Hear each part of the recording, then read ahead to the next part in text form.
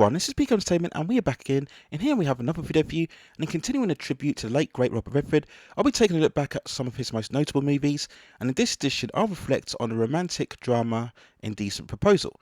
Released back on April the 7th, 1993, it of course has Robert Redford, starring alongside Demi, Woody Harrelson and Oliver Platt, and it was directed by Adrian Lyne. Based on the 1988 novel of the same name by Jack Eckelhard, it follows the story of young married couple David and Diana Murphy, who were happy and very much in love in California. Diana, who is a real estate agent, and David, an architect. They both invest very heavily on a beachfront property, but the recession soon hits and they find themselves $50,000 in debt, with their house on the verge of being repossessed. In a moment of impulse, they go to Las Vegas to gamble their last savings in the casinos, and they initially win 25 grand. But the excitement gets the better of them and they end up losing it all. And later on, Diana encounters a famous billionaire known as John Gabe, who is taken by her beauty instantly. She helps him win at the table, and in gratitude he books them both a room for the night. And later on they all meet up and Gage drops an absolute bombshell by offering $1 million to spend one night with Diana. The story then deals with the choice and the dilemma that the couple have to make in terms of consideration of the offer, and whether their marriage will ultimately survive whatever decision they decide to make. Now, when looking back at Indecent Proposal, it's one of those examples where the concept or setup is better than the actual movie itself. The idea of taking $1 million in exchange for your partner, whilst obviously immoral, is a compelling situation for an audience, raising the debate of what's more important, whether it's love or money, and whether one element can truly conquer or dominate the other. It's a discussion that's relevant to the end of time, no matter the culture, time, or generation that you are in.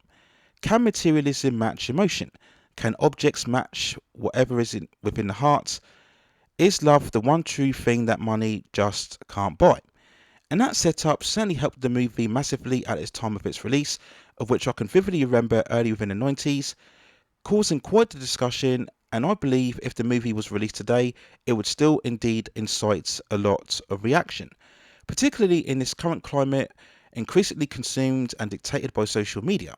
The never-ending need, desperation for clicks, views, attention and appraisal, and especially when all of those things are monetized, there seems no end or limit to what people are prepared to do and are willing to compromise a lot of morals and ethics in the process.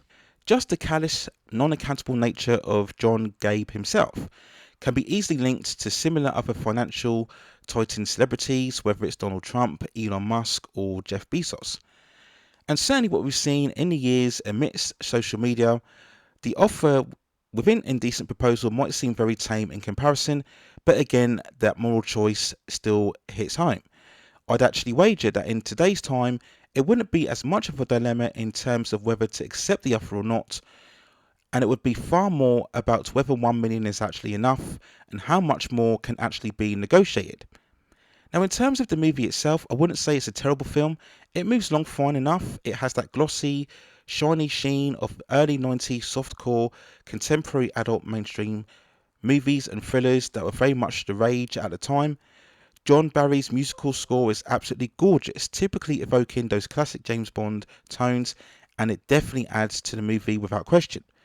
But the big weakness here is that the film never maximizes the setup that it has. Yes, it does establish the motivation of the couple and the reason that they would have to go through with the offer, but once the deal is done, the movie just fizzles out and meanders along.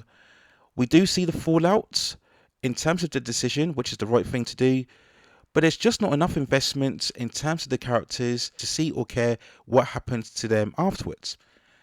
The money isn't wanted by David or Diana, and we ask whether it actually matters who Diana decides to stay with or whether she goes alone, and that just highlights the lack of stakes or jeopardy once the decision is made.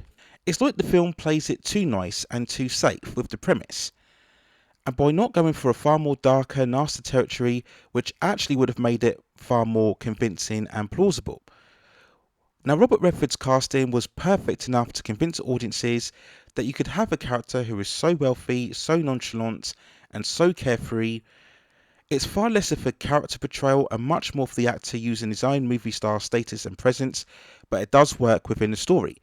But Redford's insistence to make Gage more sympathetic was actually a mistake. He clearly should be the villain here, and creating a more sex-crazed, obsessed character again would have made the premise more believable. But he's far too agreeable and almost, you could argue, honourable, and it makes you think why Diana wouldn't stay with him in the long term. The film fails to justify why he's so captivated with Diana outside of her looks. Despite the second half focusing on his pursuit of her, there's just no real chemistry or spark between them as a couple. Diana seems to transition to life without David pretty easily and not too much bother, and this brings her own integrity into question. Again, we ask, if it wasn't for all of the minions of John Gage, would she actually go with him in the first place? Now, out of the three characters, it's David who has the most dramatic character arc or transition. In a strange irony, the overall fallout from the offer actually enhances him as he looks to find a stronger purpose and direction in life. But he does come across as too pitiful and wimpy, so again we have less investment with his overall character. And the story itself just limps along to an overall predictable conclusion.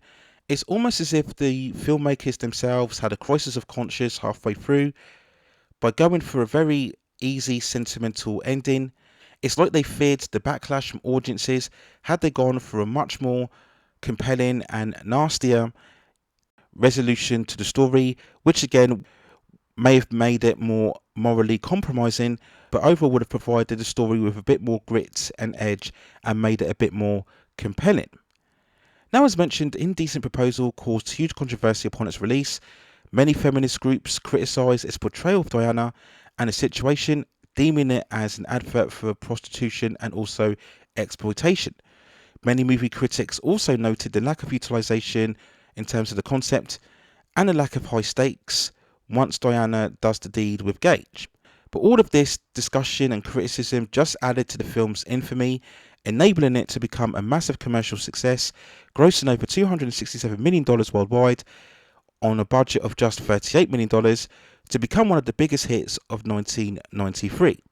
It also continued to elevate Demi Moore as one of the superstar female actresses of the early to mid 1990s, and also certified her as one of the most attractive women just in general within the world, and she definitely justifies that title in this movie, looking incredible and stunningly beautiful, and most definitely worth at very least $1 million to spend a night with.